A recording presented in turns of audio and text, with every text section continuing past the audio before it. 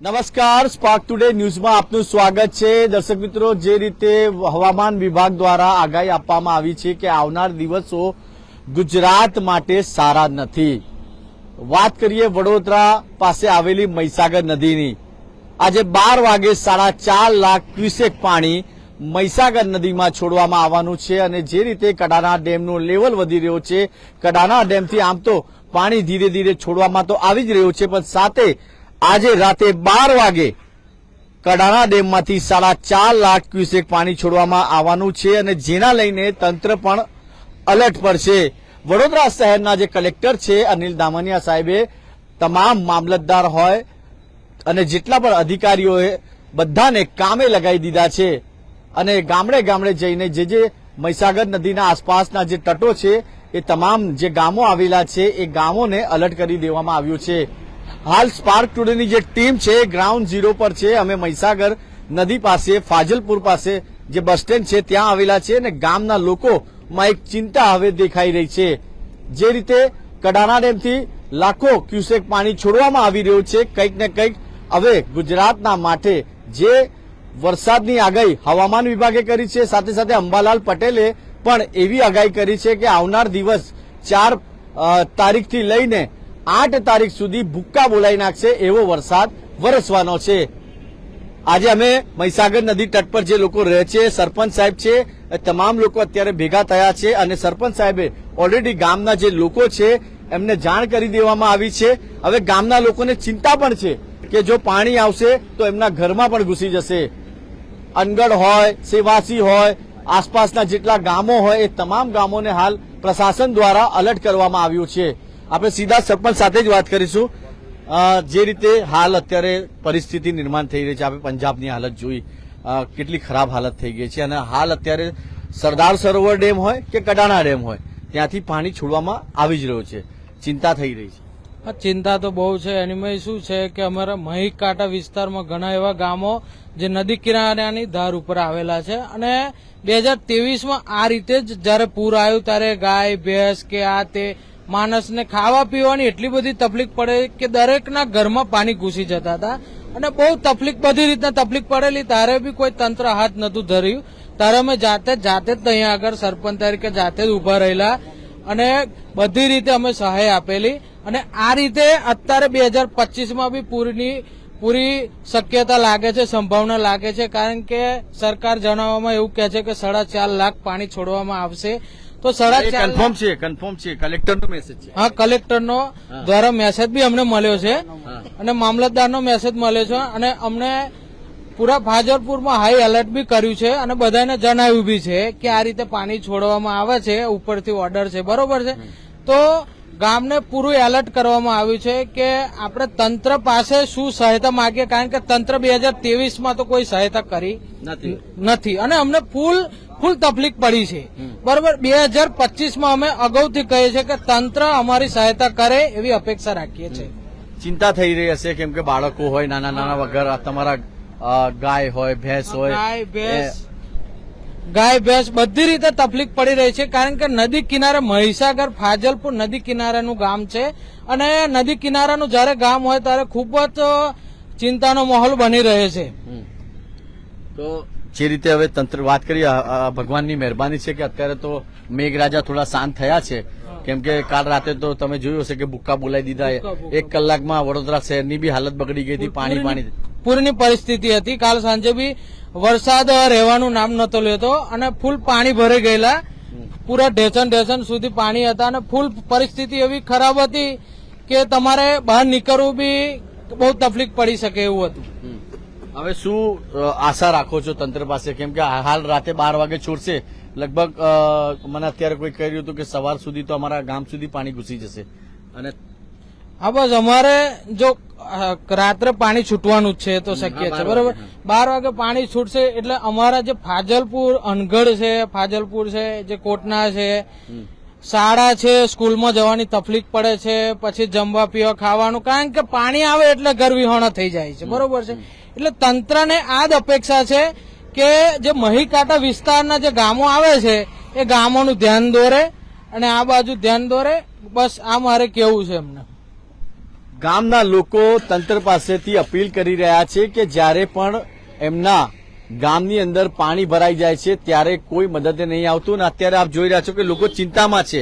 એક જ્યારે આખા ઘરમાં પાણી હોય, સામાન બધું બગડી જતું હોય, એમના જે પશુઓ હોય છે એ પણ તનાઈ જાય છે. શું કહેશો? જે રીતે એક શું તમને કહેવામાં આવ્યું છે? અમને તો અત્યારે તમારા દ્વારા ખબર પડી છે, મામલતદાર સાહેબ દ્વારા પણ ખબર, સરપંચ દ્વારા બી અમને માહિતગાર કર્યા છે.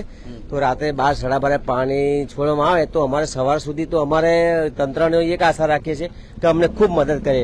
23માં તો કોઈ મદદ નથી, પણ આ વખતે અમને ખૂબ સારી મદદ કરે અને અમારા ગામ લોકોને બચાવ કરે બસ. અને અમને જે પણ જરૂરિયાતની વસ્તુ આ તે છે, અમને કંઈક સારી જગ્યાએ કદાચ બહુ પાણી આવી જાય તો અમને સ્થળાંતર કરે. એ જ મારી કડાના ડેમથી પાણી છોડવામાં આવે અને ટેન્શન તમારું વધી જાય. હા, વધી જાય વધી જાય ને, કારણ કે પાણી બહુ, આ તો મહીસાગરનું પાણી છે. નદીનું હોય તો હજુ કાંઈ, પણ મહીસાગરનું પાણી હોય તો અમે કઈ છીએ, ઘર વિહોણથી અમારા પશુ પક્ષીઓ બધા, પ્રાણીઓ બધા કેટલા બધા એ થઈ જાય છે. એટલે અમને આની બહુ વધારે ચિંતા રહે છે. એટલે તંત્રને મારી એક ભલામણ છે અને એક વિનંતી છે કે અમને ખૂબ મદદ કરે આ વખતે. એ જ મારી નમ્ર વિનંતી છે. સવાલ એ છે દર્શક મિત્રો કે તંત્ર દ્વારા અલર્ટ જાહેર કરી દેવામાં આવે છે, પણ જ્યારે ગામની અંદર પાણી ભરાય છે ત્યારે તંત્રના એક પણ અધિકારી ગામમાં દેખાતા નથી. સાચી વાત છે? સાચી વાત છે, સાચી વાત છે. કોઈ દેખાતું નહીં. કોઈ દેખાતું કોઈ દેખાતું નહીં. પાણી તો ભરે જાય પણ કોઈ દેખાય નહીં. કોઈ આવતું નથી અહીંયા આગળ. આજુબાજુ મોટા મોટા ગામોમાં બધા આવી જાય છે મામલતદાર. અમારા ગામમાં તો કોઈ એનું કઈ એ નહીં લેતા, કોઈ કાળજી નથી રાખતા હતા.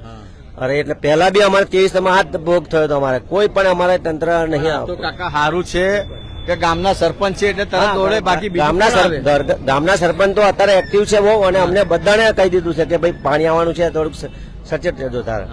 એટલા માટે અમને તો થોડીક માહિતગાર કરે જ છે બધા. ડેપ્યુટી સરપંચ બી સારા છે, સરપંચ બી સારા છે, એટલે અમને થોડીક વાંધો નહીં આવતો. પણ તંત્ર દ્વારા અમને ખૂબ સારી મદદ મળે એ જ અમારી ભાવના છે. તમારી મદદે અમે બી ઠેઠ વડોદરાથી અહીંયા આવ્યા છે કાકા. 100% મીડિયા દ્વારા અમને શું પડ્યું કે ભાઈ શું પાણી આવ્યું? 100% સ્પાર્ક ટુડે આવ્યું છે ગ્રાઉન્ડ ઝીરો. હા, પ્રાક ટુડે આવ્યું તે અમને પણ સારું, બધાને પણ માહિતગાર કર્યા છે અને સરપંચ દ્વારા બી માહિતગાર કર્યા છે. સરસ છે.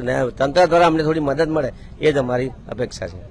અત્યારે હા, શું કહેશો? જે રીતે અત્યારે પાણી છોડવામાં આવવાનું છે, અમારે તો ખ્યાલ નથી. અચ્છા, તમે જે રીતે સ્પાર્ક ટુડે ન્યૂઝ અહીંયા આગળ આવ્યું છે અને લોકોને હજુ તો અડધા લોકોને તો ખબર બી નથી, પણ સારી વાત છે કે સરપંચ સાહેબે ફોન કરીને જાણ કરી, પણ ગ્રાઉન્ડ ઝીરો પર આવીને તમારું રિપોર્ટ લીધું છે. Spark today ground zero side ઉપર આવીને રિપોર્ટ લીધું છે અને ખૂબ એવું સારું કામ કરે છે. જેને બી નથી ખબર એને બી જાણવાનું મળી જાય છે કે ભાઈ આ રીતે રાત્રે પાણી છોડવામાં આવે છે, એટલા માટે એલર્ટ રહો. સવાલ એ છે દર્શક મિત્રો, અમારું કામ ફક્ત એટલું હતું કે ગામના લોકોને અલર્ટ કરવું, અને તંત્ર દ્વારા તો કહેવામાં આવ્યું છે, પણ ઘણા લોકો એવા હતા કે જેને ખબર જ નથી. અમે આઈને પૂછ્યું તો હા બોલે શું છે, તો બોલે રાતે છોડવાના છે પાણી. અમે જાણ કરી અને કલેક્ટર સાથે લાઇનઅપ કરીને અત્યારે તમામ જે આસપાસના મહીસાગર તટ પર જેટલા બી ગામડાઓ આવેલા છે એ તમામને હાલ અલર્ટ કરી દેવામાં આવ્યા છે. હવે જે રીતે ગામના લોકો કહી રહ્યા છે કે તંત્ર તરફથી ખાલી અમને મદદ મળે એ સારી વાત છે. સરપંચ તો એક્ટિવ છે, પણ તંત્રને એક્ટિવ થવાની જરૂર છે, અધિકારીઓને એક્ટિવ થવાની જરૂર છે, જેનાથી ગામમાં જે નુકસાન થાય એની ભરપાઈ પણ સરકાર કરી શકે. કેમ કે પાણી ભરાવાનું છે, પાણી છોડવાના છે, એ બધું તો કહી જાય છે, પણ એના પછી જે નુકસાન થાય છે ને એનું કોણ ભરશે? એ વાત સાચી કહી. 100% સાચી વાત છે. હા, કોઈ જવાબદારી નહીં. કોઈ જવાબદારી. હા, આ પાણી માહિતગાર બી કરે છે. નુકસાનમાં તો એવું છે કે સરકારને મારે એક અપીલ છે, 2023માં જે પૂર આવ્યું હતું અને 2023માં જે નુકસાન થયેલા એ નુકસાન કોઈને મળ્યા બી નથી. બરોબર, આગળ અમારા ખેડૂતો આગળ કઈથી જાય? કેશ ડોલ ને બધું કહેતા હતા ને આપ્યા છે, કશું બધું કહેવાનું છે, કશું મળ્યું નથી. એવું ખાલી કાગળ પર મળ્યા હતા? ખાલી કાગળ ઉપર મળ્યા છે, કશું મળ્યું નથી. આ ખાલી કેશ ડોલ બી કાગળ પર જ આપે છે એવું? બોલો, આ સલામ છે આ અધિકારીઓને સાહેબ કે આ લોકો અત્યારે જે રીતે ટેન્શનમાં છે અને અત્યારે એમને ઊંઘ નહીં આવે, દિલના ધબકારા વધી રહ્યા છે. સ્પાર્ક ટુડે ન્યૂઝ તમામ જે આસપાસના અત્યારે લાઈવ જોઈ રહ્યા છે અને મહીસાગર નદીના કિનારે જેટલા બી ઘરો છે હા જે ના મળે હા જે ના મળ્યું મેં એ જ કહું છું સાહેબ. હા એમને જ કીધું મને કે નથી મળ્યું. તો સવાલ એ છે દર્શક મિત્રો કે પાણી છોડવામાં આવે છે પણ ત્યાર પછી જે પરિસ્થિતિનું નિર્માણ થાય છે એને કોઈ જોવા નહીં આવતું. સ્પાર્ક ટુડે ન્યૂઝ આવ્યું છે, લોકોને અને ગામના લોકોને જાગૃત કર્યું છે અને આજથી જ એ લોકો તૈયારી હમણાં કરી રહ્યા છે કે ઘરમાં પાણી આવે તો બધું જ નુકસાન થાય. ઘરમાં અનાજ હોય, ઘરની બધી સામગ્રી હોય, બધું નુકસાન પાણીમાં જતું રહે. આ પછી સરકાર આવે અને સરકાર કહે કે અમે મદદ કરીશું, પણ મદદ પહોંચતી નથી. એ ફક્ત કાગળ પર જ હોય છે સાહેબ. આ હું નથી કહી રહ્યો, ગામના લોકો જ કહી રહ્યા છે. સ્પાર્ક ટુડે ન્યૂઝ તમામ અપીલ કરે છે જેટલા બી આસપાસ મહીસાગર નદીના જે ગામો આવેલા છે તો પ્લીઝ અલર્ટ રહેજો. રાતે પાણી છોડવાના છે અને જે 4.5 લાખ ક્યુસેક પાણી છોડવાના છે તો એની સ્પીડ પણ વધારે હશે અને વધારે સ્પીડથી એ જલ્દી તમારા ઘર સુધી પહોંચશે. તો એના પહેલાથી આપણે પેલી કહેવત છે ને કે પાણી આવતા પહેલા પાળ બાંધી લઈએ એ સારું રહેશે. બસ આ જ મકસદ હતો અને કલેક્ટરે જે રીતે અલર્ટ જાહેર કરી દીધું છે. ફાયર બ્રિગેડની ટીમો હોય, એનડીઆરએફની ટીમો હોય, કેમ કે ગામમાં પાણી જશે. અત્યારે તો ગામના લોકો ખૂબ સ્માર્ટ થઈ ગયા છે, અલર્ટ થઈ ગયા છે, પણ જ્યારે પાણી ગામની અંદર ઘરમાં ઘૂસે ત્યારે એ જેટલા બી નેટવર્ક હોય છે ને એ બધા જામ થઈ જાય છે. એ અધિકારીઓના નેટવર્કની વાત કરી રહ્યો છું. એ લોકો કોઈ આવતું નહીં જોવા માટે કે તમારું શું હાલ છે, કેવી પરિસ્થિતિમાં તમે રહી રહ્યા છો. હું આશા રાખું કે સરકારના કાન સુધી આ ગામ લોકોની વાત પહોંચે અને જે પણ એમને નુકસાન થાય એની ભરપાઈ સરકાર દ્વારા કરવામાં આવે. વિડીયો જર્નલિસ્ટ સચિન પરમાર સાથે હું કૌશલ, સ્પાર્ક ટુડે ન્યૂઝ માટે મહીસાગરથી.